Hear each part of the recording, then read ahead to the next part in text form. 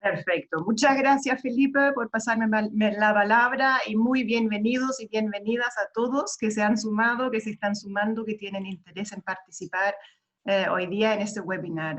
Antes de presentar como una pequeña, algunos pocos slides introductorios, yo de verdad quisiera darles la bienvenida y agradecer especialmente a Engie y a Engie Impact por esa propuesta de cooperación.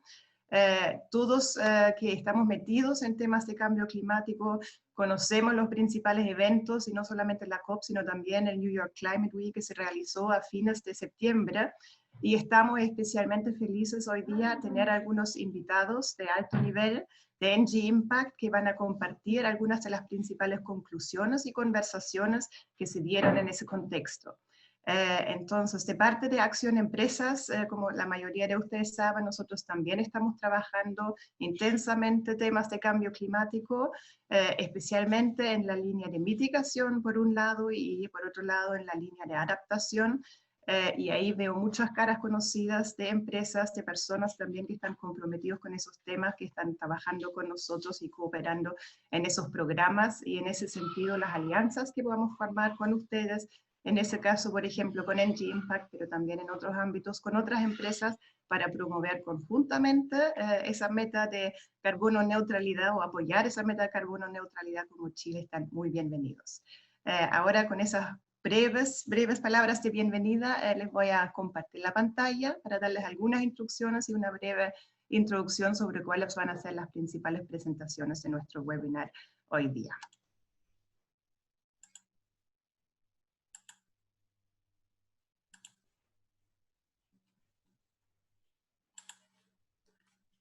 Espero que se vea bien. ¿Lo pueden ver? Felipe, ¿me confirmas? Excelente. Bueno, primero las instrucciones más técnicas, la mayoría de ustedes ya los conocen, pero la idea es, ojalá durante las presentaciones, mantener su micrófono apagado. Obviamente eso no implica para nada que los queremos censurar, al contrario, nos interesa saber mucho su retroalimentación, así que por favor sean muy activos, escriban sus preguntas en el chat, sea en inglés, sea en español, y eso lo enfatizo porque una parte de las presentaciones va a ser en inglés, pero yo voy a tratar de hacer de traductora, y yo sé que también cuento con el apoyo de Antoine y de Diego para traducir temas más técnicos. Entonces, feel free en el idioma que se sientan más cómodos de hacer sus preguntas respecto a las diferentes presentaciones. Y también como una sugerencia, cuando dejemos de compartir las presentaciones, sería ideal si pudieran encender las cámaras, porque siempre es más agradable hablar con caras, dar explicaciones y respuestas viendo las caras que no verlas. Eso en cuanto a lo técnico, y ahora me voy a referir muy brevemente a los 4 speakers realmente muy destacados que vamos a tener hoy día. Destaco especialmente su compromiso de estar aquí a una hora que para ellos es muy temprano, 5 horas de la mañana o incluso antes, así que de verdad también habla de su compromiso.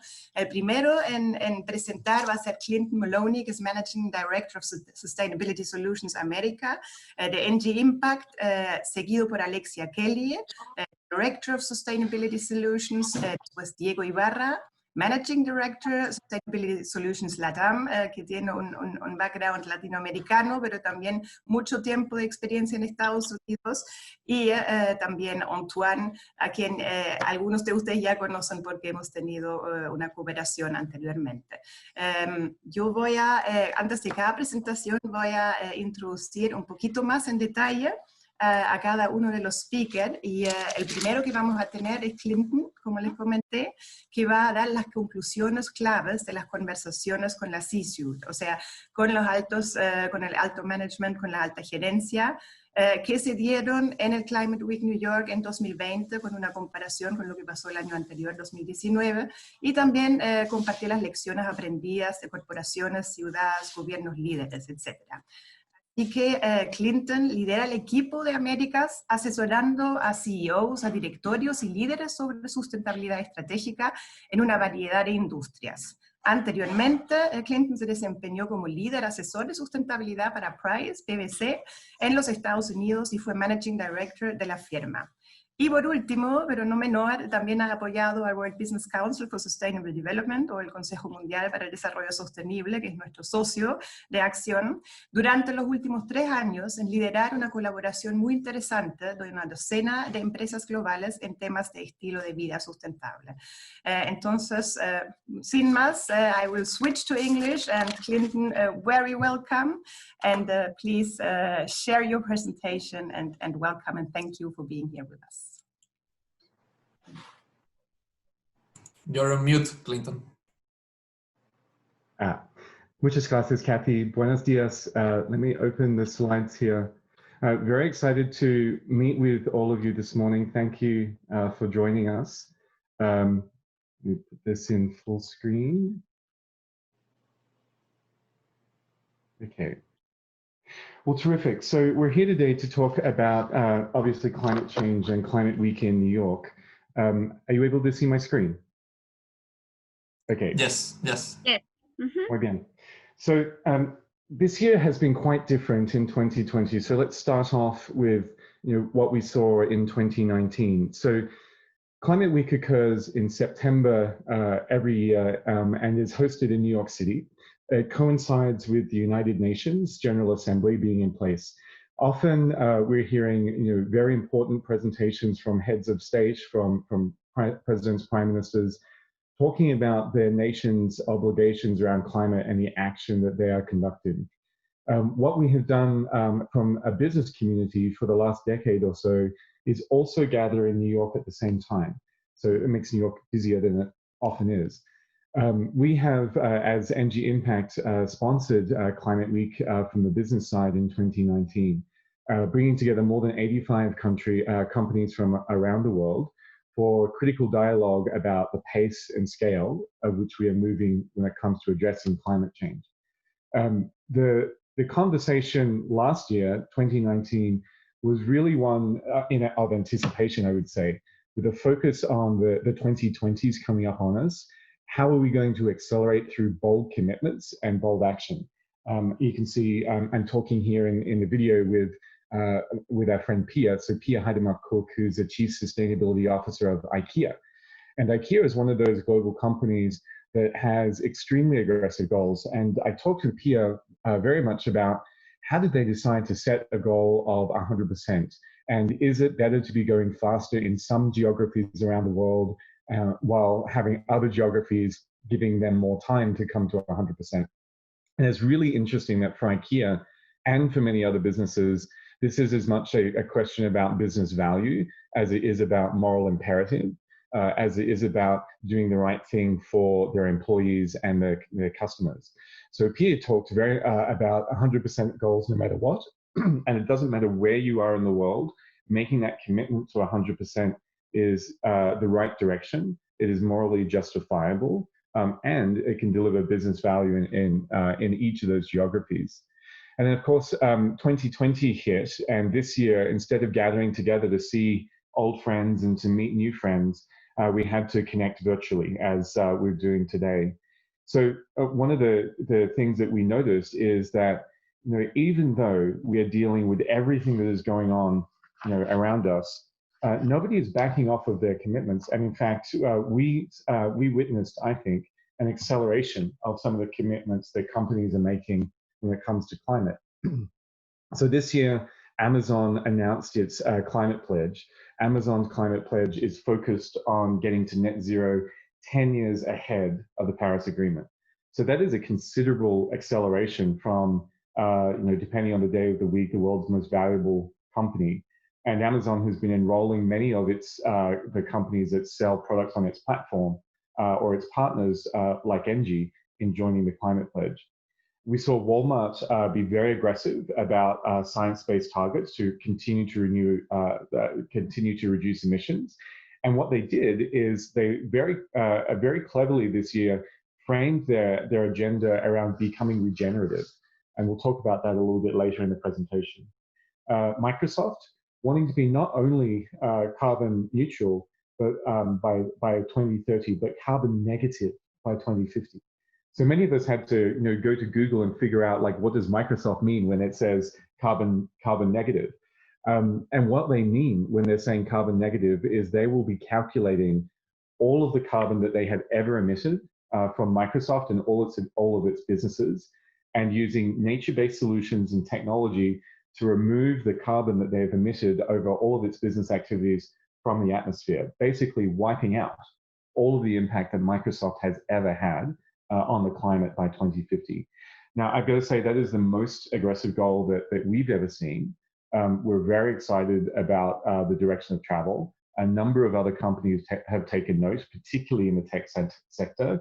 And we at Engie Impact are moving very quickly to be bolstering our work on carbon markets, to do permanent, to have projects that offer permanent sequestration of carbon that companies like Microsoft are going to need if that claim is going to come true. And then, of course, for Engie Impact, we had done our own work. So Engie Impact is a smaller part of Engie. We're 2,500 people, $250 million in revenue. You're seeing our team on the call today. But we announced that we will be climate neutral by the end of this year, and we'll begin going climate negative next year. So we're very excited to be joining Microsoft in that direction of travel. Of course, within the context, there's a really important theme that I think has emerged, and it came from all of the companies that we had the privilege of talking with at Climate Week. And that is that the way in which we are going to address climate change must also deliver social justice. It must deliver racial justice. It must help us make progress as a society. And those companies that had for a long time seen the connection between those issues felt very good about their sustainability and their climate playbook. I've got some of the images on the screen here that I'm sure many of you will recognize. So in wealthy, well-developed countries around the world, as a result of COVID, we now have a crisis in food security. So, I've put up the image of Oracle Park in San Francisco, my adopted hometown. The red sky is from the fires in California. So where I live in California this year, we've been not able to safely breathe the air for 10 weeks. So the impacts of climate change are really upon us. They're upon you also in Santiago and in Peru. We're seeing the impacts cause dislocation. Thousands, if not hundreds of thousands of people having to move away from where they live to greater safety. And the things that we take for granted, like food security, really coming into focus.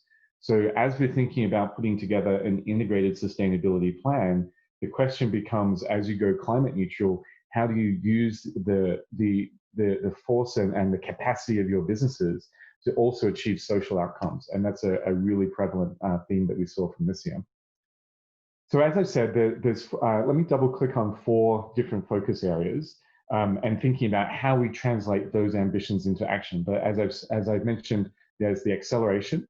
I think from the other trend that we detected is companies not looking for a strategic plan when it comes to sustainability and climate, but really looking to make addressing climate and sustainability entirely part of their culture, embedded. It's an operating model, it is an organizational model, everybody has a role, and then as business leaders, it is our job to create clarity and equip the organization with the knowledge necessary to know how they can conduct their day-to-day activities in a climate-smart fashion. So this is a very big trend. It requires upskilling of the organization in the same way that we're all doing digital upskilling. We've got to do sustainability and climate upskilling. So that's the second trend. The third trend, as I mentioned, is companies will be measured by how they impact society. So we're already seeing the significant rise in sustainability-oriented funds, in climate-oriented funds, in the way that people are investing their retirements, in the way that private equity is orienting, and getting to that net zero and regenerative business seems to be the new gold standard in terms of where everybody is headed. The way that we measure impact, I think, will continue to evolve. We're seeing that many companies now, something like 90% of the Fortune 500 will submit a CDP disclosure, will submit disclosures to GRI. It's just as important as the financial results, and we're seeing that CFOs are signing off on those disclosures. The quality of the data really comes into question, And this year we're seeing many companies connect the compensation of their executives to the outcomes they are delivering on climate. Now, this requires us to have very good strategies, very good data, if you don't want to end up in lawsuits. And some of the lawsuits are beginning to emerge where companies have not invested enough in getting the right digital platforms, the right data. And then finally, global partnerships. And we're hearing this from many, many places that the easy work on climate and sustainability has been done. We've been at it for a long time. And now to get to that next level, that deeper level of decarbonization, we've got to have those collaborations. And we'll talk with you about some of the collaborations that we're seeing, that we're part of, that we're helping to orchestrate. And I'm sure that many of you are looking at organizations like WBCSD and others to find a platform to collaborate with others on some of the most challenging decarbonization and sustainability programs. So as I mentioned, science-based targets continue to take off. It really is the de facto standard. If we're doing work with clients to help them on their sustainability agenda, there's really no substitute for putting a science-based target in place. What that means is that your company is orienting towards delivering against the Paris Agreement. Now, the United States officially ended its being in part of the Paris Agreement, I think on election day. We might very well be back in, just seeing the news feeds coming up on my other screen here. We might very well be back in with the inauguration of the new president. And many of us have been working with the We're Still In movement to help companies, local governments, city mayors, make sure that they are oriented to the Paris Agreement. And certainly our work at Energy Impact focuses on those science-based targets. I think very interestingly, Nobel Prize winning economist Stiglitz has been actually quite clear in recent times, talking about the way in which government incentives and stimulus money should be spent. That we have this massive and comprehensive investment to support us as we emerge from COVID, hopefully with building back better, stimulating the economy. And what we know is that green jobs are good jobs. Green jobs are decent jobs that pay good wages. It connects to the Sustainable Development Goals very clearly. And that's the way that we should be building back better. So when the government of France made a stimulus package, a support package for Air France, they timed that $7.6 billion package to Air France cutting its carbon emissions in half per passenger by 2030. So that again is a massive acceleration in terms of the expectations. You're seeing governments use their leverage at a time like this to achieve the outcomes we need as a society. And if you're Air France, what do? Of course, you are going to be working on that agenda, and that means that we need clean fuels for companies like Air France. We need low carbon fuels, and we're very much looking at and working on supporting companies like Air France with that transition. Our good friends at Dell were telling us about their new 2030 commitment, and I think it's worth highlighting. If you have time, you can go to their website and take a look. But they're really thinking about how they can accelerate the way that they design for the environment, for their laptops, their computers, making step changes in energy efficiency of their products and the digital cloud, focusing on the collaboration agenda again with their partners and customers. And having spoken with the Chief Sustainability Officer of Dell just a couple of weeks ago, I know that Dell now has some 30 people, 30 sustainability professionals in their supply chain organization. That is all about procuring more sustainable components that go into their manufacturing process, for dialoguing with suppliers and thinking about how they create a shared innovation agenda in order to deliver on the 2030 commitments. The other thing that they're seeing is that strong commitments are really important when it comes to recruiting. If you want to be competitive in the technology field, you have to be bringing in the best and the brightest minds. The competition is great. We all know that if you're graduating from university today, the best job is cloud architect. You can get paid a lot of money right out of undergrad if you can be a cloud architect. And those folks are going to the places where the cloud is carbon free. That's what they're looking for. They want to be part of the movement, and companies are finding a strong business case for their climate actions around recruiting, attraction, retention, and motivation of employees. It's something that shouldn't be overlooked. Even just a couple percentage points improvement in your net promoter score from the people working in your organization can support the business case around climate. And then with the dialogue that I hosted at Climate Change, we were fortunate enough to do, we like to do very private, exclusive roundtables with very senior executives. And fortunately, Governor Dr. Claudia Sheinbaum from Mexico City was able to join us as our keynote speaker. And Dr. Sheinbaum, I think many of you know, had worked on the Paris Agreement. She has, for a long time, her PhD is in climate science. This is the work that she does, and she's the government leader for Mexico City. So we've listed on the slide here 7 of the objectives that she has in place for the transformation of Mexico City.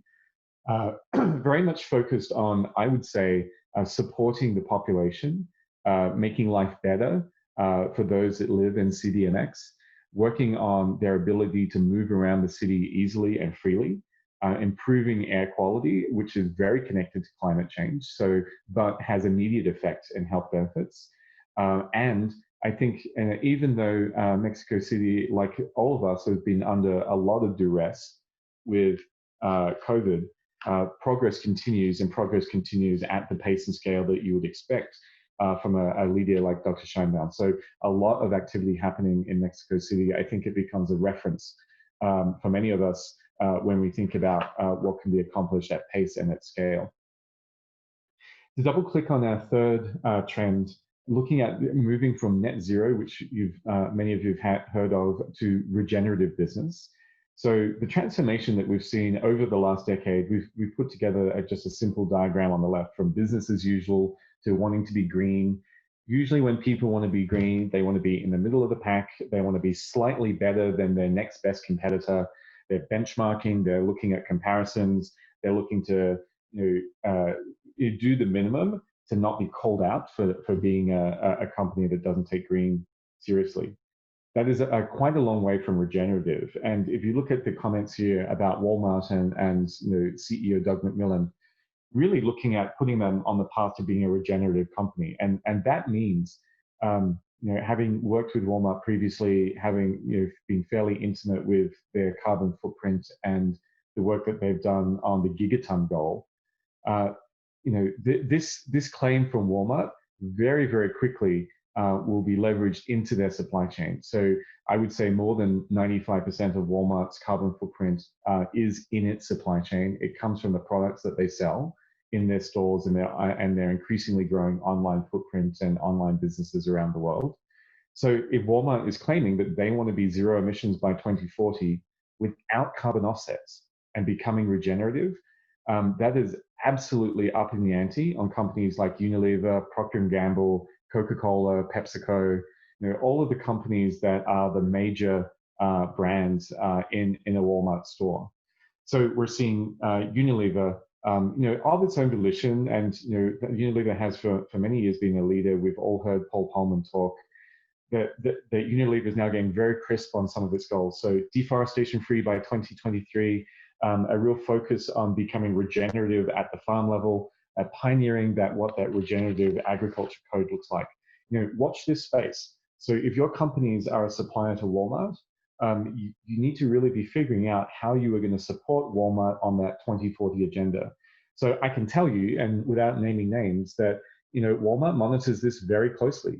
We hear stories of the CEOs of major companies being called in to Walmart for a conversation when their climate agenda is falling behind what Walmart expects from its suppliers. That triggers typically, when you have a big customer tell you that you need to up your game on climate, that's something that you have to respond to. And we typically see that it is more cost effective to respond ahead of the curve than to have to move very quickly at the request of a big customer. So to make sure you get the maximum business value, we recommend getting ahead of the curve and getting ahead of trends like those where Walmart is using its leverage. Now, the final point here about global collaborations, and we've got several of them on the screen, but I'll talk about a couple that we've been intimately involved with to give you an example. So 50-liter home is something that ENGIE is a founding member of. It was rated as one of the top 100 innovations at Davos last year when it comes to climate. So I've personally been involved in this for about 3 or 4 years, and it comes out of some work that we did with the WBCSD, where we worked with more than a dozen companies. So Apple, Firmenich, Novozymes, Ford, Toyota, BMW, and of course Procter & Gamble, to investigate in some depth, what does a sustainable lifestyle look like for the population? We did very big deep dives into the future of food, the future of home, the future of work, the future of play. And one of the things that we uncovered, in looking at the future of home, is that water is a critical issue. Now, of course, many of you have seen cities like those in South Africa, Johannesburg, Cape Town, getting almost a day zero. Day zero where there literally is no water left for the municipal system to be distributed. So Procter & Gamble went to Cape Town during that time to look at, what does it look like to live when you've got to have 50 liters of water per person per day. That was put in place by the city as very strict restrictions so that the city's water system and the water supply actually didn't run out. So now you're talking about showering with a bucket. You're talking about taking water out of your washing machine and using it multiple times throughout the house. There's nothing great about that. Nobody wants to live in a way where water is so restricted. So the question that we put to the team is, what does it look like to have a 50-liter home, but have it feel like 500 liters? And that's a very bold question. It's looking for a 10-fold performance improvement in the way that water is used in a home. And you have to really rethink the way that the home is connected. You need to really rethink the products that are available. You need to rethink the way that people use water. And we were able to experiment with some of the water reductions with our friends at the company Whirlpool, who've got an innovation site in Indianapolis, where we could have people live in that home that has been completely reconfigured to run on much less water. So take a look at this partnership. These partnerships are really very exciting. They do take a good amount of work and a good amount of engagement to get the maximum value. What's in it for ENGIE? So of course, we're looking to bring innovations around water to our clients in the same way that we bring innovations around energy and climate. But for ENGIE, as you know, we're the gas company in many parts of the world. So if you live in France and you open your gas bill, it'll say ENGIE on the top. So we're the provider of gas. And of course, the usage of gas in the home is highly correlated with the usage of water. So something like a quarter to half of the natural gas used in the home is for heating water. So the more efficient you can be with water, the more efficient you can be in gas, and the more efficient you can be from a climate point of view. So just to finish up here, the other one I'd like to highlight is the Mining Through Transformation. And this is the team that is doing the work is on the call here, and I'm very proud of them and the work that we're doing in Chile. And this is, I think, is going to be, an incredibly important new industry for Chile that will be valuable for us all around the world. So as you think about producing green hydrogen using the ultra low cost renewable generation technologies available in Chile, turning the sunlight into hydrogen and shipping that around the world, we're looking to repower very heavy trucks, very heavy mining vehicles, taking diesel out of the system and replacing it with hydrogen. This is for many sectors of the economy, mining in particular, hydrogen is the critical unlock. It is going to get us what we need to decarbonize. You can't just use solar and batteries and microgrids with high temperature processes or in remote locations that require massive power loads. So the feasibility work that we've done in partnership with the companies you see on the screen there, Komatsu, Caterpillar, Vale, Anglo, Corfo, very proud of the work that we're doing there. CSIRO from Australia. We're expecting really good things and helping to transition that industry to greener fuels. So let me pause there for any questions. Thank you very much for the opportunity, and hopefully we'll see you all at Climate Week, either on the remote sessions that are hosted next year in September, or perhaps you'll have the opportunity to join us in New York. Thank you for the opportunity. Nice to meet with you. Thank you very much, Clinton, for this very enlightening enlightening presentation. I'm going to switch to Spanish briefly. Muchas gracias a Clinton por esa presentación. Yo espero que para todos haya sido igual de interesante que para nosotros como equipo. Y como no hay preguntas todavía en el chat, a mí sí me gustaría hacer una pregunta que espero que a todos los que estén participando aquí también les sirva y les sea de interés y que tiene que ver con los principales obstáculos. Entonces, de todas esas conversaciones que han tenido a un alto nivel con las gerencias, con los CEO, me gustaría preguntar a Clinton cuáles son los principales como obstáculos para llegar a esos commitments. So, Clinton, what I would like to ask you is a very specific question, which I hope will be of interest to the other ones, to our participants. And from the conversations with the C-suite, what are the main barriers you see to reach the commitments? What are like the main obstacles? Yeah, so the main barriers that we're seeing is complexity. So getting to zero through efficiency measures or reconfiguring your business is very complex. So as I mentioned, a lot of the easy work has been done. So there's a challenge around complexity. The second one people are interested in is technology and technology risk. So many of the technologies are what we say in the money from a business case point of view today. There are plenty of technologies to accelerate decarbonization, but there are many new technologies coming. So for instance, we've got an active conversation with the Port of Los Angeles and the Port of Long Beach around the electrification of heavy-duty goods movement. So in Los Angeles, 10,000 trucks a day enter the Port of LA, and the governor has now set a goal that these should be plug-in electric by 2030, 2035. The technology is coming. It's today much more expensive than a regular truck, but we have to get moving. So we're helping clients with the technology risk. The third question is financing. So many companies are able to raise their own green bonds, and we're seeing the green bond marketplace take off. Engie issued a green bond for about $3 billion in March after the pandemic was well underway, and it was oversubscribed by 3.5 times. So we know that there is massive demand for these investment instruments that have the claims, and we're looking to help clients with the financing around projects or the structuring of the finance so that they can actually get moving with their agenda.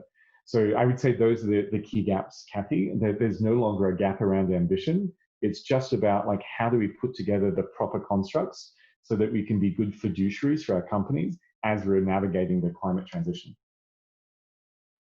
Thank you very much, Clinton. And just a brief translation. Los principales puntos que destacó Clinton son la complejidad por un lado, por otro lado los riesgos tecnológicos y la innovación tecnológica que se viene y que todavía es cara. Y el tercer punto que tocó, el financiamiento y la importancia creciente de los green bonds, de los fondos verdes, donde hay una creciente demanda también para esas herramientas de inversión.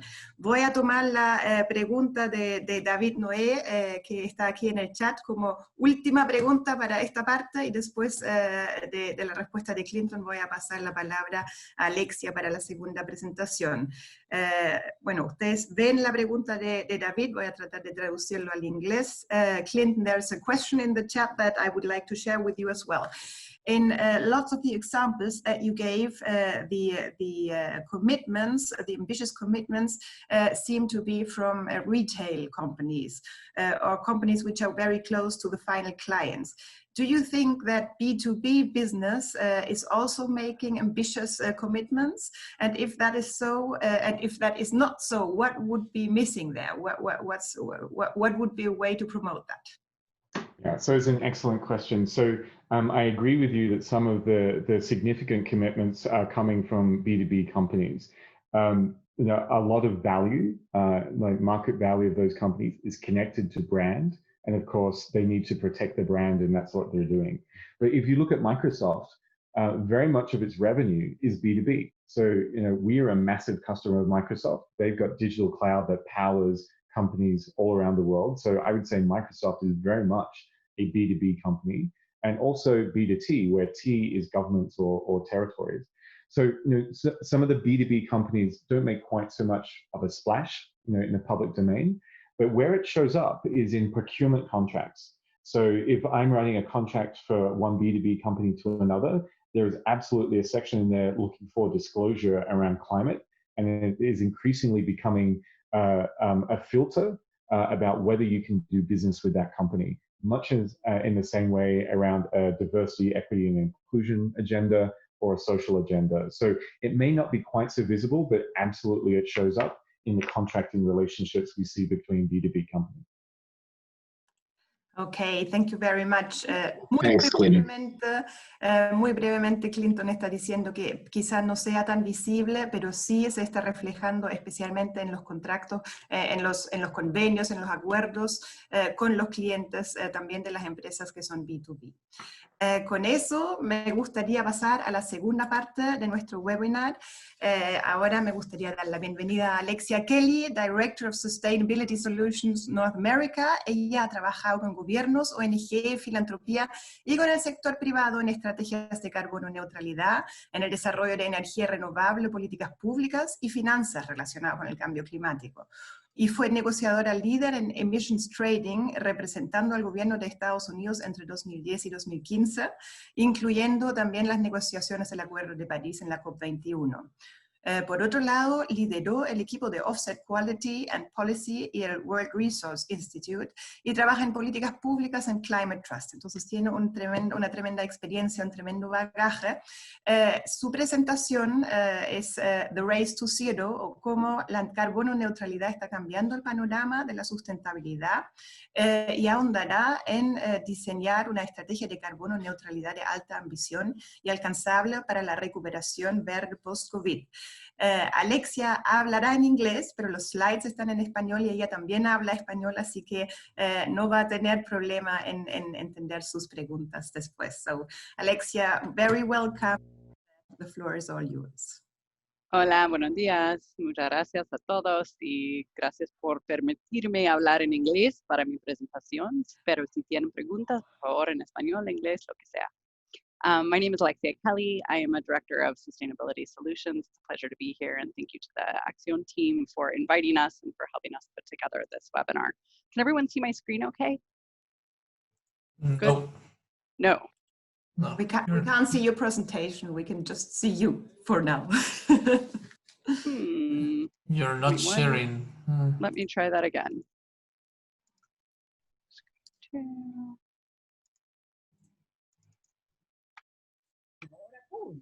Ahora sí. Yeah, okay, great. Good? Perfect. Okay, great. Thank you so much. Oh, good. Now I can see all of you. So Clinton did a great job of setting the scene around just the tsunami of activity that we are seeing globally around the transformation to more sustainable business practices. This is, of course, impacted significantly by COVID. And as companies and countries begin to think about what the next generation of recovery looks like, we're seeing tremendous push towards both substantial investments from governments in the green economy recovery, and that is really being led and the bar is being set by the EU. So they have placed green recovery at the center of their COVID recovery strategy, and have essentially said that there is no recovery absent significant investment in new low carbon infrastructure.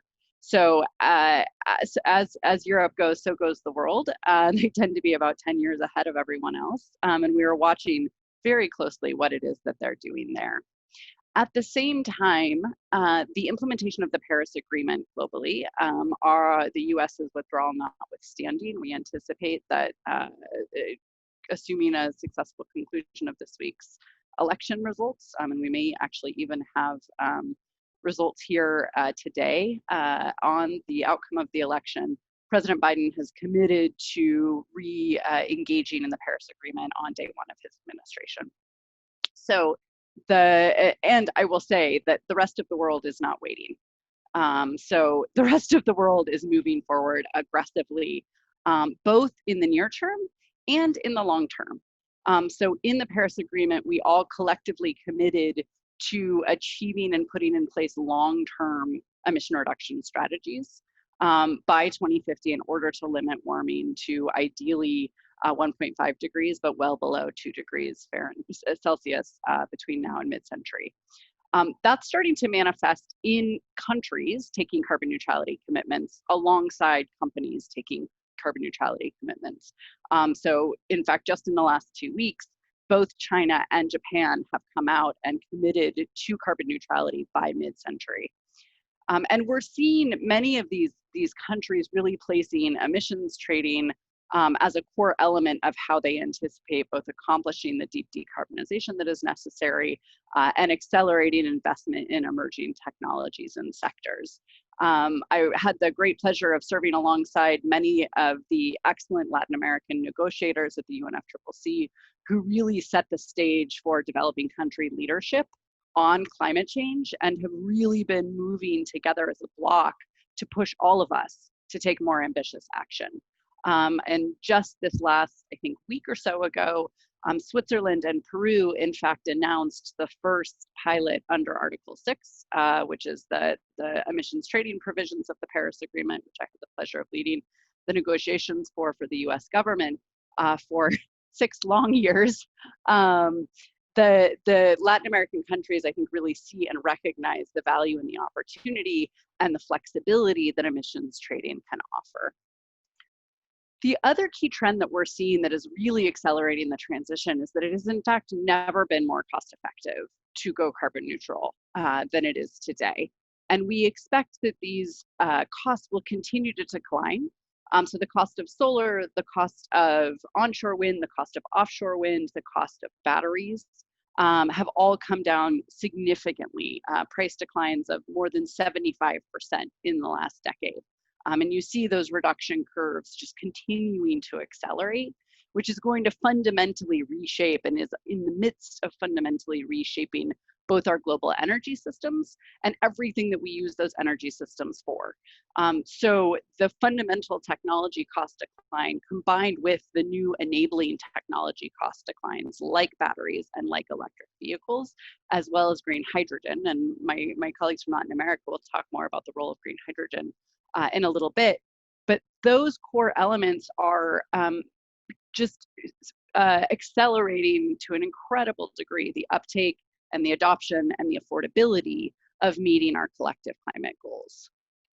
Clinton talked a lot about the incredible and ever increasing bar for companies around carbon neutrality and sustainability. We're starting to see not just the ambition of those commitments, but also their scale and scope. So rather than just focusing and setting emission reduction targets for a small part of their businesses, companies are increasingly looking up and down their supply chains and saying, we need to take responsibility for all of this. So the example that Clinton gave of Walmart is a great illustration of a company that is looking across its entire value chain and taking responsibility for that. And then of course, Microsoft, which is also taking temporal responsibility. So not only are they looking to the future, they're also looking to the past in order to address the damage that's already been done by the emissions that they've emitted. So we're going to get a little weedy here, but as we start to think about decarbonization strategies, and to the point that Clinton made around complexity, there's a lot of moving pieces to getting to carbon neutrality and to decarbonization. And as we start thinking about sort of how to do that systematically, there are guidance documents in place. There are standards that are emerging around what it means to be carbon neutral or what it means to be net zero, and how you can put together a comprehensive strategy and a plan to accomplish those. So there's typically 3 scopes of emissions when we think about an emission reduction profile or an emission profile. Scope 1 is typically the buildings and vehicles that you own and control. Scope 2 is indirect emissions that are associated with electricity that you are purchasing and consuming. So the emissions are not occurring at places that you own necessarily, but you're causing them to occur because you're purchasing the electricity and consuming it.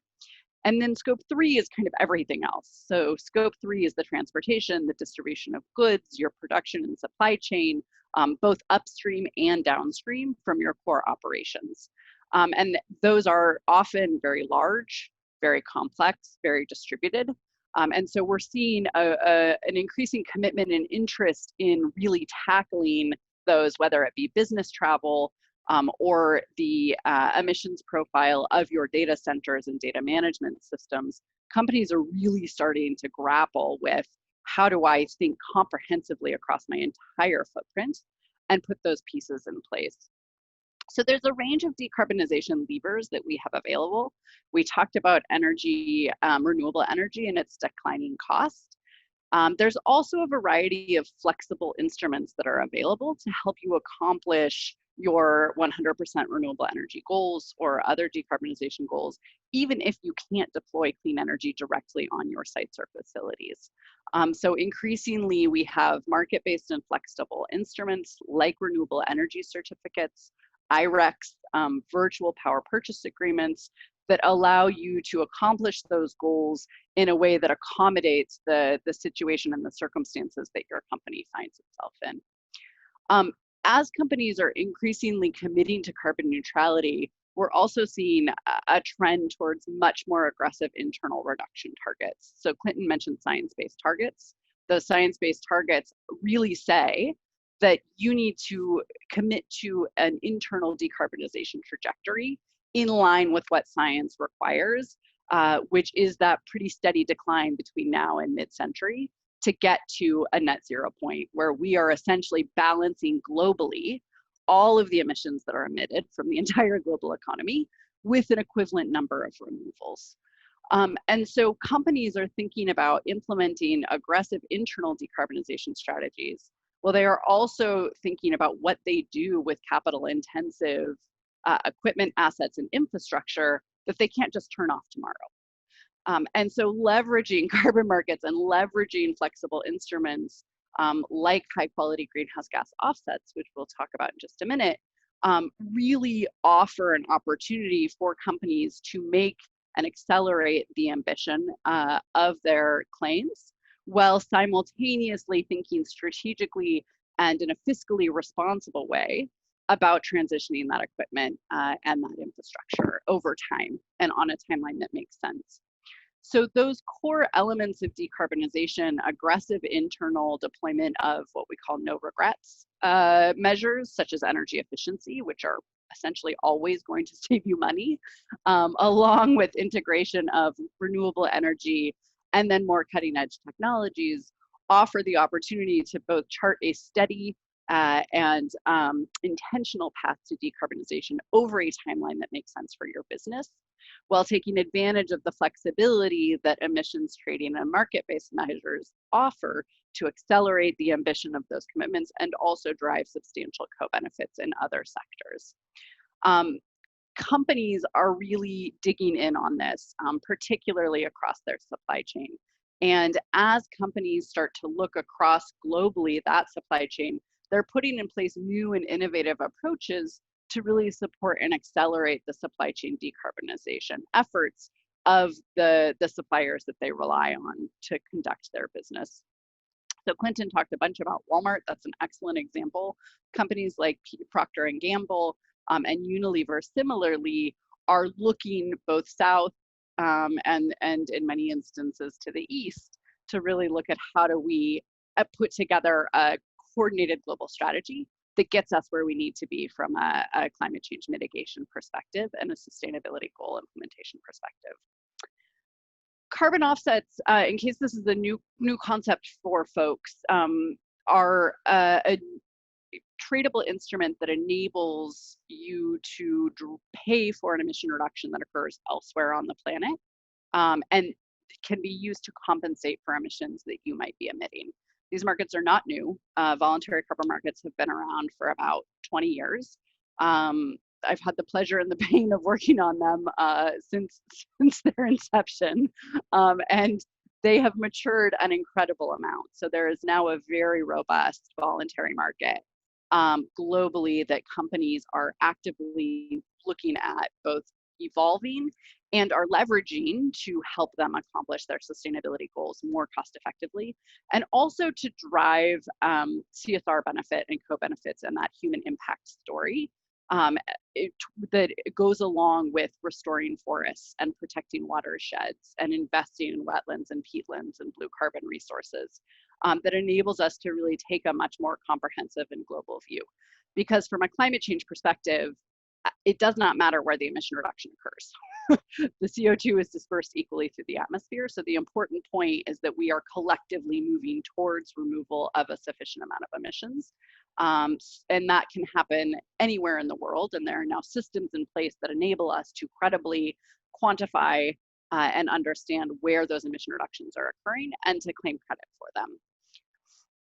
And we're really seeing companies step up their effort and their attention and the use of offsets just in the last couple of years. So carbon markets took a big dip while we were negotiating the Paris Agreement, and companies were, I think, waiting for the rules to be finalized. The rules under Article 6 have not yet been finalized. But as those rules start to move out, we really anticipate an increasingly large role for carbon markets, both in advancing carbon neutrality and then, as Clinton was explaining, net negative commitments where companies are looking to remove more CO2 from the atmosphere than they're actually emitting. So that by necessity is going to involve investment in core and very complicated technologies such as trees, as well as new technologies that are also earlier stage in their development, but are really becoming both more affordable and accessible for a variety of applications. So what we're seeing is that it has never been more cost effective to go carbon neutral than it is today. And that as these companies, these consumer-facing companies, really start to get more serious about the implementation of their commitments, combined with governments taking a much more serious approach than they ever have before to thinking about implementation of their economy-wide emission reduction objectives, as well as their specific sector plans that are now well underway in many countries, including in Chile and Peru, as well as others. That all points in one direction, and that one direction is decarbonization and accelerated action. So these factors that are coming together, I think, create an inevitable transition that ultimately will hopefully protect the viability of life on our planet, while also enabling us to build a more just, equitable, and sustainable economy. And we really think that when done correctly, high quality market-based instruments can help companies, regardless of where they are from an internal reduction perspective, take that ambitious and accelerated action. So thank you for joining us today, and I'm happy to answer any questions, and we'll look forward to the discussion. Thank you very much, Alexia. I'll switch to Spanish now because you have an excellent Spanish. So, and everybody, please feel free to make your questions. Voy a cambiarme a español. Alexia habla muy bien español. Muchísimas gracias por la presentación, súper interesante y también muy interesante el trabajo que ha hecho con Chile. Se ve también que conoce la situación acá, y me gustaría empezar con una primera pregunta que la ha puesto Nicolás Gordon, y que la pregunta es: ¿dónde ves el precio del carbono en los mercados voluntarios en los próximos 5 a 10 años? Yo creo que es una gran pregunta que nos mueve a nivel nacional, pero claramente también a nivel internacional, así que si tienes ahí algunas estimaciones, alguna respuesta, sería muy interesante. So the short answer to that question is, if I knew the answer, I would be a rich woman. But in the absence of a crystal ball, I will say, and not to be flip, they're going up. So globally, average prices in the voluntary market are about $4 a ton. We anticipate that the market is going to become significantly tighter in the next 5 to 10 years as these carbon neutrality commitments really start to come online, and companies start realizing that it can actually be quite challenging to decarbonize internally cost effectively. So while we're waiting for some of these core technology costs to come down, folks are looking to voluntary carbon markets to enable them to make these ambitious commitments. So there are no credible projections that we're aware of. We've done some modeling internally, and the modeling that I've seen in Europe anticipates that those projections, price projections, will potentially cross at some point in the next couple of decades. And folks are projecting prices as high as $100 a ton by 2040. There's a lot of variables at play, not the least of which is how the voluntary markets will interface with the emerging regulatory markets under the Paris Agreement. There's no doubt that we anticipate prices are going to be going up. And for companies that anticipate a large role for offsets in the future, we really recommend getting started now in building out a portfolio of projects that you're investing in so that you can secure that long-term offtake for affordable credits. Thank you very much, Alexia. Voy a tratar de hacer un mini resumen de los principales puntos que tocó Alexia. Lo primero que dice, si lo supiera, sería una mujer muy próspera a ese pero lamentablemente no hay proyecciones realmente muy creíbles en ese momento. Lo que sí tiene clarísimo es que van a subir, y van a subir bastante en las próximas décadas. Depende de varias variables, entre otros de las tecnologías claves, pero también de la interacción de los mercados voluntarios con las regulaciones que se logren. Y como han hecho también varias como proyecciones internas, ninguna con certeza, obviamente las proyecciones llegan hasta $100 por tonelada para el 2040, pero como dijo, eso depende mucho de las dinámicas. Entonces, muchas gracias, Alexia, por esa respuesta, y voy a hacer una última pregunta que espero que también sea de interés para los participantes. Dado que tú has trabajado de cerca con el gobierno chileno, ¿cuál es tu visión de los avances del país en términos de acción climática? ¿Tienes ahí una percepción, también una visión internacional de cómo ves a Chile en ese contexto? So Chile has been a real leader from the beginning. The country has set extremely ambitious goals. They've played a central role in the climate change negotiations, of course, with the COP presidency last year, and really thinking and moving aggressively domestically in the implementation of both carbon trading provisions as well as regulations in the energy sector and others. So we see the role that Chile in particular, but also many of the Latin American countries playing in terms of global leadership on charting the new low carbon economy for emerging markets as an incredibly important one and a very exciting one. So the government is filled with very hardworking and very smart people who are working actively to really take a thoughtful and measured approach to the transition and to ensure that they are building regulatory systems in a way that really supports and accelerates business adoption and a smooth transition as we think about decarbonization goals. Thank you very much, Alexia. Voy a tratar de traducir nuevamente los principales puntos. Yo creo que es muy interesante la mirada internacional que ven a Chile como un líder realmente desde un inicio en varios aspectos que tienen que ver con el cambio climático, carbon trading y también las regulaciones. Y su impresión es que tiene un gobierno muy activo, trabajando, desarrollando un sistema regulatorio y estableciendo una estrategia también hacia la carbono neutralidad que es bastante pionera. Y en ese sentido, quizá, o sea, a mí me parece es una buena retroalimentación a tomar en consideración, porque uno siempre tiende a ser autocrítico, y agradezco el punto de vista también en ese sentido. Ahora veo que no hay más preguntas, además ya estamos acercándonos a la última media hora, así que voy a presentar los últimos dos speakers que van a hablar sus presentaciones completamente en español, y voy a aprovechar de presentar a ambos porque entre ellos se van a pasar la palabra. Por un lado tenemos a Diego Ibarra, Managing Director of Sustainability Solutions LATAM, que lidera las operaciones en LATAM con más de 15 años de experiencia en una amplia gama de temas estratégicos, relacionados por un lado con la energía y también con la sustentabilidad.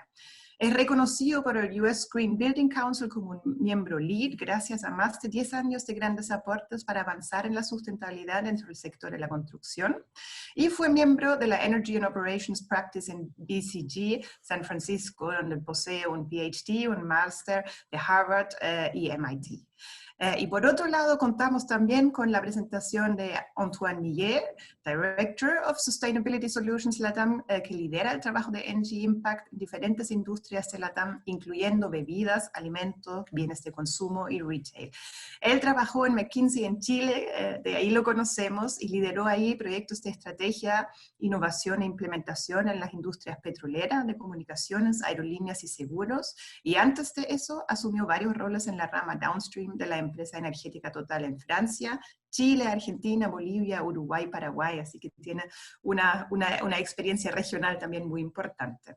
El título o como el tema principal de su presentación será cómo comenzar o cómo acelerar su transformación hacia la sustentabilidad con perspectivas de un survey, de un informe global ejecutivo y con pasos claves para desarrollar una estrategia ganadora de transformación hacia la sustentabilidad. Así que muy bienvenidos y les paso la palabra. Muchas gracias, Katy. Me imagino que ven la pantalla y me escuchan bien, ¿no? Perfecto. Bueno, muchas gracias, Katy. Buenos días a todos. Creo que Alexia dejó muy en claro cuáles son los diferentes pilares de la decarbonización para los 3 alcances. La pregunta más frecuente que nos hacen las empresas y también las ciudades, los gobiernos, y para la cual queremos ahora con Diego compartir algunos elementos de respuesta, es la del cómo. Es la del desafío en sí de la transformación hacia la sustentabilidad. La sustentabilidad crea valor para el negocio, creo que de esto todos estamos o deberíamos estar convencidos, y creemos que lo hace de 4 maneras diferentes. Primero, y sin sorpresa, la sustentabilidad crea valor ayudando a reducir costos a través de eficiencias operativas, un mejor manejo de los recursos. Segundo, y eso también Clinton lo mencionó, contribuyendo a una mejor reputación y haciendo que la marca empleadora sea más atractiva.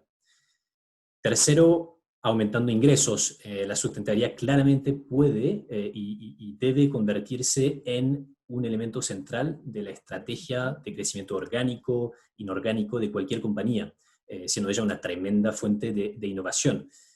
Tomemos, por ejemplo, el caso de Lego, la empresa danesa de juguetes. A partir de 2018 empezaron a fabricar una serie de piezas con un nuevo polietileno hecho a base de caña de azúcar.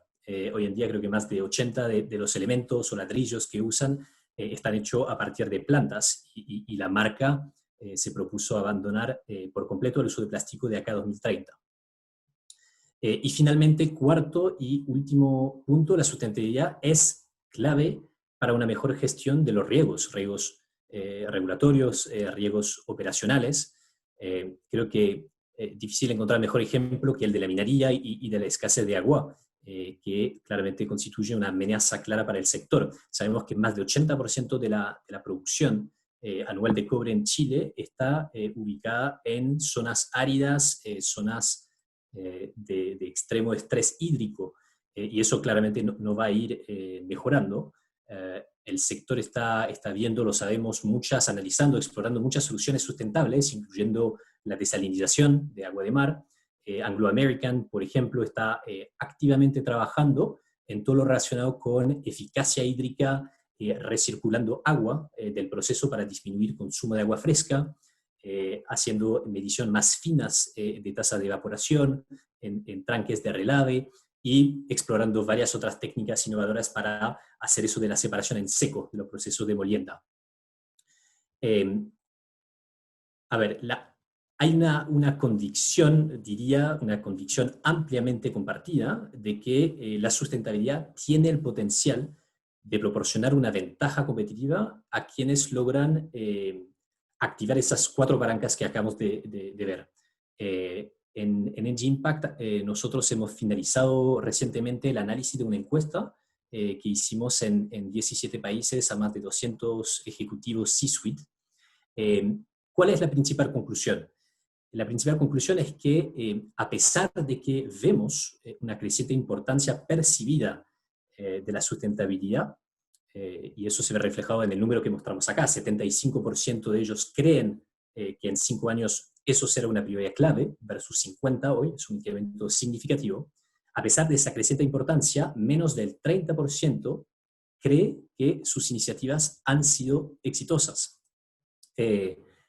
Menos del 30%. ¿Por qué tan poco? Y creo que acá voy a pasar rápido porque de alguna manera Clinton también comentó sobre esto. Nosotros pudimos identificar, a través de esa encuesta que hicimos, que existen 3 desafíos principales. Primero, el liderar, el planificar, desarrollar escenarios, o dicho de una manera más simple, el navegar la incertidumbre relacionada con marcos regulatorios que cambian, tecnologías emergentes, nuevos modelos de negocio, incluso eventos climáticos extremos no previsibles. Eso es lo primero. Lo segundo, el expandir, diría, la acción climática, no sé si se dice así en español, pero más allá de sus paredes, ¿no? Entonces, relacionarse estrechamente con sus proveedores. Aquí lo que nos llamó altamente la atención es ver que más del 50% de los encuestados ven esto como una prioridad hoy. Ahora, solamente 15%, es decir, una de cada 7 empresas, planifica realmente unir fuerzas con sus proveedores estratégicos para potenciar y acelerar su decarbonización. Y finalmente, bueno, el tercero también lo mencionó Clinton, el tema del financiamiento. Vemos que las finanzas deben estar reestructuradas, repensadas para realmente poder acelerar el despliegue de proyectos y ayudar a capturar el valor completo de la sustentabilidad, un poco lo que comentamos antes, a través, por ejemplo, de mecanismos de financiamiento por terceros para activos non-core. Antes de hablar con Diego de los pasos clave para desarrollar una estrategia ganadora de transformación hacia la sustentabilidad, uno tendría primero que evaluar su nivel de madurez con respecto a esto. Nosotros en Edge Impact vemos 5 criterios a tomar en cuenta, resaltaría solamente 3 de ellos.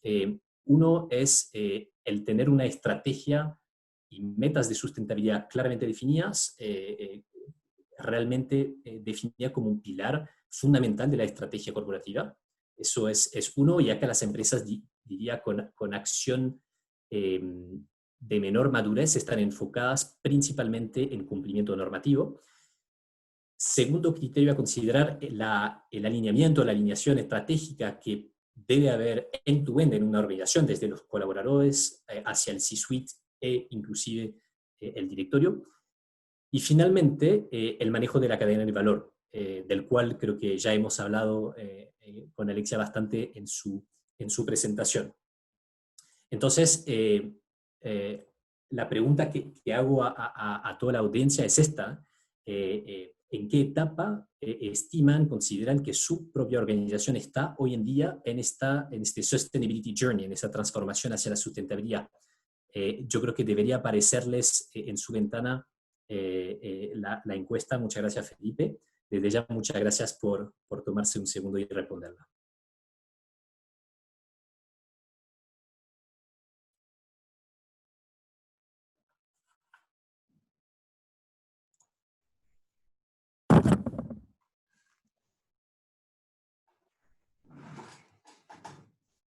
Vamos a dar un minuto para responder. Ya lleva casi la mitad de la gente.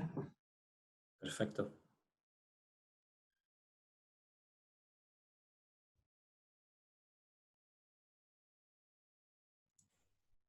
Qué fome que ustedes no puedan ver cómo van cambiando los gráficos. Es lo entretenido de este minuto.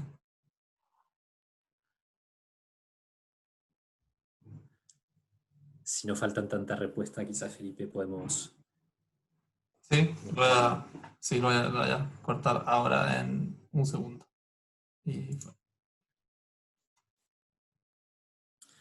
Muchas gracias. Bueno, deben ver ahora los resultados que proyecta Felipe. Entonces, quizás 2 reacciones muy rápidas con esto. Primero, diría felicitaciones por el camino ya recorrido para el casi 40% de ustedes que indicaron que se encuentran en alta y muy alta. Sin duda se están buscando fortalecer, potenciar, acelerar su transformación. Y para los que contestaron baja y media y que se encuentran más en una fase más early stage, bueno, esperamos que el contenido que vamos a ver ahora con Diego le resulte de gran utilidad. Así que muchas gracias.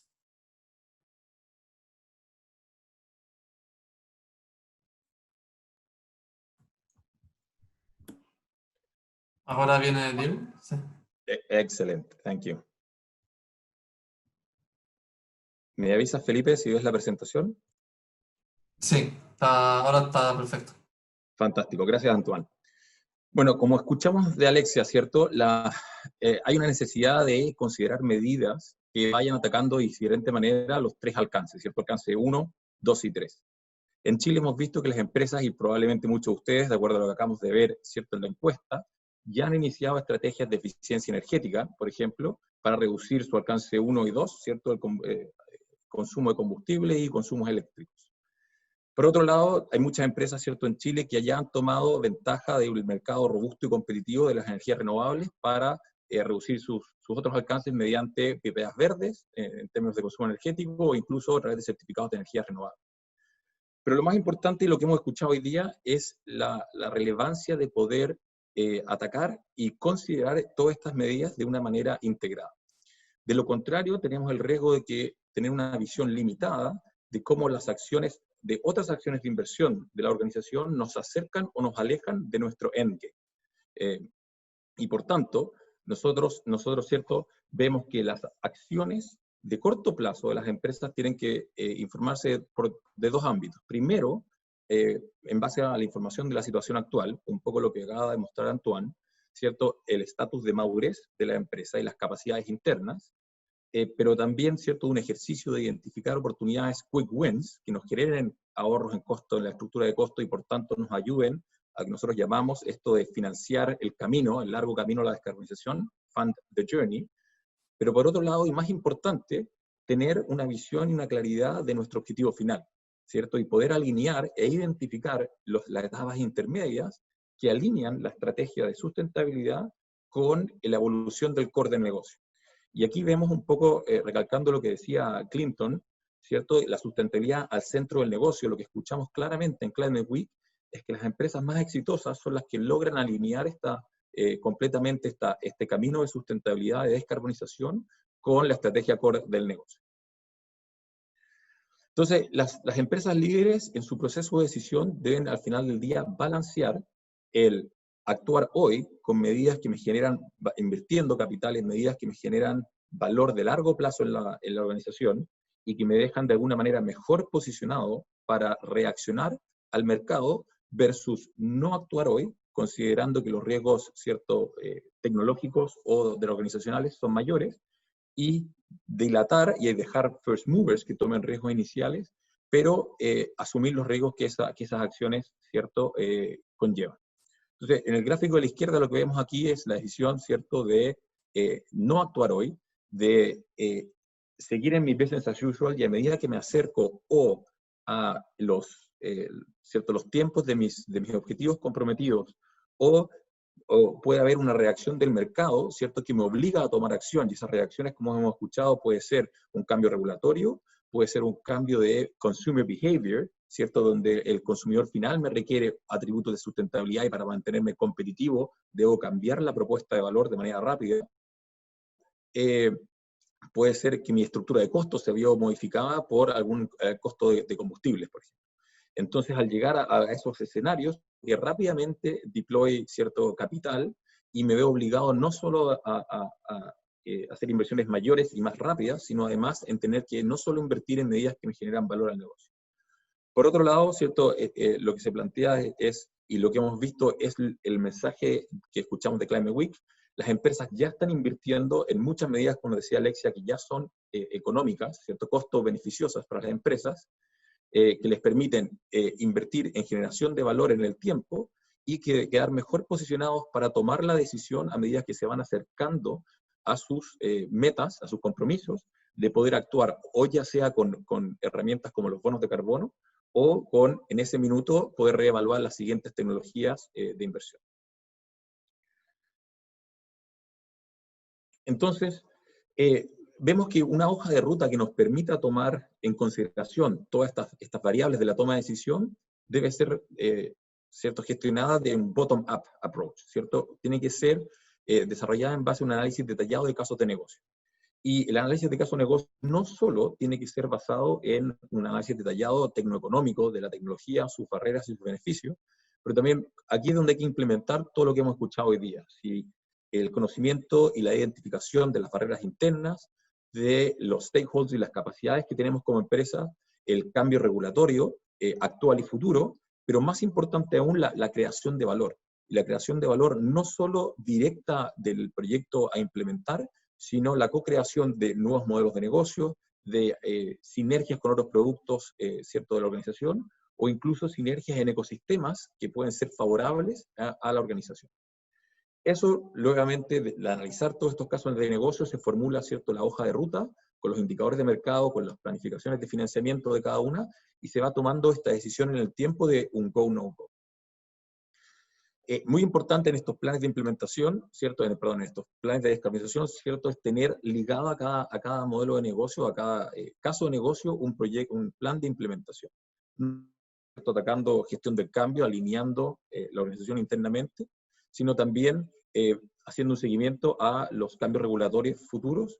Y muy importante, y aquí recalcar lo que también hablaba Clinton, que escuchamos claramente en Climate Week, que las empresas líderes ya saben que para poder implementar esto a escala y en la velocidad necesaria, existe un valor tremendo en las colaboraciones o los consorcios habilitadores. Esto es el caso y muy emocionante esta semana, ¿cierto? Escuchamos la Estrategia Nacional de Hidrógeno. Esto es claramente el caso en hidrógeno. Clinton mencionó rápidamente Hydra, ¿cierto? Este consorcio habilitador con Mining Tree, donde tenemos technology providers, OEMs, mineras, ¿cierto?, para poder tener la cadena de valor completa y poder acelerar la implementación y la escala en el ecosistema. Además, eso nos permite atacar una de las grandes barreras de los grandes proyectos de transformación, que son el CAPEX, y por tanto uno accede a otros métodos de financiamiento, como ahí está la propuesta as a service, ¿cierto? De manera muy general, y esto siempre es interesante, aquellas empresas o los líderes, ¿cierto?, de las organizaciones que ya están avanzando en esta línea, ¿cuáles creemos nosotros son las tres dimensiones clave que una estrategia o que un plan de descarbonización tiene que tener, y de alguna manera lo que ustedes deben solicitar a sus equipos internos o externos? Por un lado, y ya lo dijimos, ¿cierto?, la validación detallada de los casos de negocio. No solo en el valor generado por el proyecto directo, en el proceso productivo en este caso que puede ser, sino también la generación de nuevos beneficios a la empresa, nuevos modelos de negocio o sinergias y creaciones de valor a otras líneas de producto. Muy importante aquí es que esos modelos de negocio estén desarrollados en conjunto con las áreas de la empresa que van a estar afectadas por su implementación, para la adecuada identificación de barreras y de beneficios. El segundo punto es el mapeo, ¿cierto?, de cada uno de estos casos de negocios en el tiempo, en una hoja de ruta, y aquí lo que hemos visto, lo trascendental, como estamos hablando de que hay que poder tener una flexibilidad de información de escenarios, ¿cierto?, del portafolio de medidas a futuro, es poder ligar cada caso de negocio con el driver, ¿cierto?, que lo hace económico, y por tanto también el indicador de mercado que los equipos tienen que hacer seguimiento para poder ir validando en el tiempo, ¿cierto?, la validez nuevamente de este caso, de cada caso de negocio a cada medida. Eso creemos que es muy importante. Como decía Alexia, hay escenarios donde las predicciones todavía son muy agresivas o conservadoras, pero puede haber mucha fluctuación y pueden dar vuelta un caso de negocio en una dirección u otra. Lo vemos en las curvas de costos de electrolizadoras en el caso de hidrógeno, en el caso de los bonos de carbono, etcétera, etcétera. Y por tanto, linkear los indicadores de mercado que los equipos deben hacer seguimiento e identificar de antemano los thresholds en que un caso de negocio se cae o no se cae, es importante.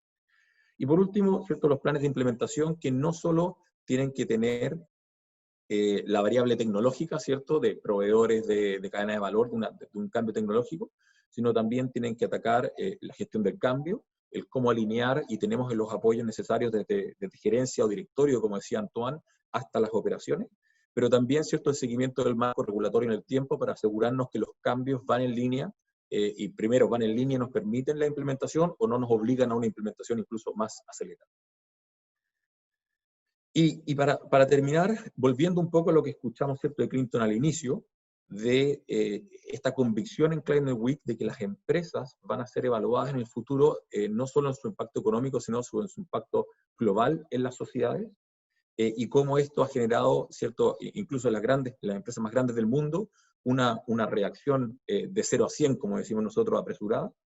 Y aquí tenemos el caso, ¿cierto?, que ya lo hablamos, del sector de tecnología, donde los commitments, ¿cierto?, los compromisos de un Microsoft, como muchos otros, Apple, Facebook, Google, etcétera, ¿cierto?, han obligado a otras empresas, y es el caso de una de las top 10 empresas de tecnología del mundo con que estamos trabajando, a avanzar de 0 a 100 para producir un programa de sustentabilidad, ¿cierto?, best in class.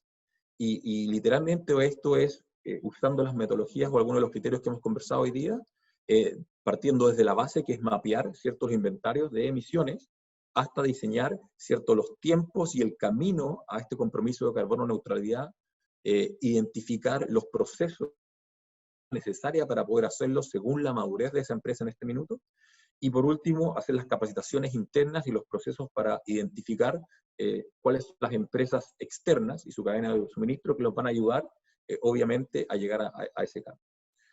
Entonces, yo creo que, y esto era lo último, resumiendo, ¿cierto?, escuchamos la clara convicción de que las empresas serán evaluadas no solo en sus retornos económicos, sino su impacto sobre la sociedad, que se traducirá en impacto económico por el voto de purchasing power del consumidor, por el voto de atraer y retener talento de las futuras generaciones. Vimos la importancia que tiene de poder alinear, ¿cierto?, para lograr esto, la estrategia de sustentabilidad con el core del negocio y la evolución del core del negocio en el tiempo. Y por último, ¿cierto?, vimos que un camino exitoso y poder implementarlo, a capturar ese valor, nos obliga a siempre tener un análisis de portafolio, de identificar los impactos de las diferentes medidas, y para ello requerimos una metodología, ¿cierto?, que nos permita casos de negocio detallados, con escenarios, y nos permita tener la flexibilidad de leverage, ¿cierto?, las diferentes barreras del mercado, instrumentos de mercado que sean los más rentables para nosotros a lo largo de este plan. Y con eso, Katy, muchas gracias. Gracias a todos por participar. Sé que es un viernes, ¿cierto? Hemos tenido bastantes seminarios, pero espero que esto haya sido de interés para todos y muy dispuesto a conversar y responder preguntas. Muchísimas gracias, Antoine y Diego, también súper interesante. Yo también me encantó partir de esa visión macro a nivel internacional y también CISUR, y ir acotando y acercándonos también a la práctica. Y en ese sentido, tremendas gracias a todos de Engie Impact. Pero antes de cerrar, porque nos quedan 4 minutos, sí quería hacerles una última pregunta que tiene que ver con justamente lo que mencionó Diego al final, el lanzamiento de esa estrategia nacional de hidrógeno esa semana. ¿Cómo ven ahí el rol del hidrógeno verde en los planes de descarbonización de las empresas en Chile? Cortito quizá antes de cerrar, porque creo que es un tema que nos mueve a muchos. No, esa es una excelente pregunta, y yo creo que es clave. Hemos tenido, previo al lanzamiento de esta semana, mucho interés de empresas que están viendo el hidrógeno, ¿cierto?, en diferentes carriers, ya sea hidrógeno líquido o amonia, etcétera, como una gran oportunidad no solo para mejorar su ventaja competitiva, su estructura de costos, sino también para poder tener mejor rentabilidad de algunos procesos actuales, y a veces para jugar un nuevo rol. Hay varias empresas de las grandes internacionales que están viendo el cómo jugar un rol como proveedor, a veces de este recurso, de este vector, en otras industrias. Hay otros que están viendo de cómo esto acelera el desarrollo de un ecosistema, en el caso de las mineras. Entonces vemos un tremendo interés. Además, está el interés de algunos players de posicionarse en el negocio como exportador de hidrógeno. O sea, hemos hecho ya bastantes estudios para privados y públicos, ¿cierto?, de exportación de hidrógeno a economías como Japón, como Corea, como Alemania, como Port of LA, que habló Clinton con California. Así que muy, muy activo, y como digo, tanto interno como internacional, las oportunidades que se están evaluando hoy día. Antoine, no sé si quieres agregar algo más. No, nada que agregar. Muy claro, Diego. Buenísimo. Muchas gracias entonces a todos, muchas gracias a Engie Impact. También agradezco especialmente a Beatriz Monreal, que es nuestra socia, también parte del directorio de acción de Engie. Estamos muy felices con esa alianza, con poder traer esos contenidos también del Climate Week Nueva York virtualmente aquí, y espero que haya sido de interés para todos. Les pedimos también contestar esa breve encuesta de satisfacción que nos ayuda también a saber si les gustó, si les interesó esta instancia, y me despido agradeciendo nuevamente a Clinton, a Alexia, a Antoine, a Diego por esas presentaciones que por lo menos a mí me parecieron sumamente relevantes e interesantes. Así que muchas gracias a todos y espero nos vemos pronto.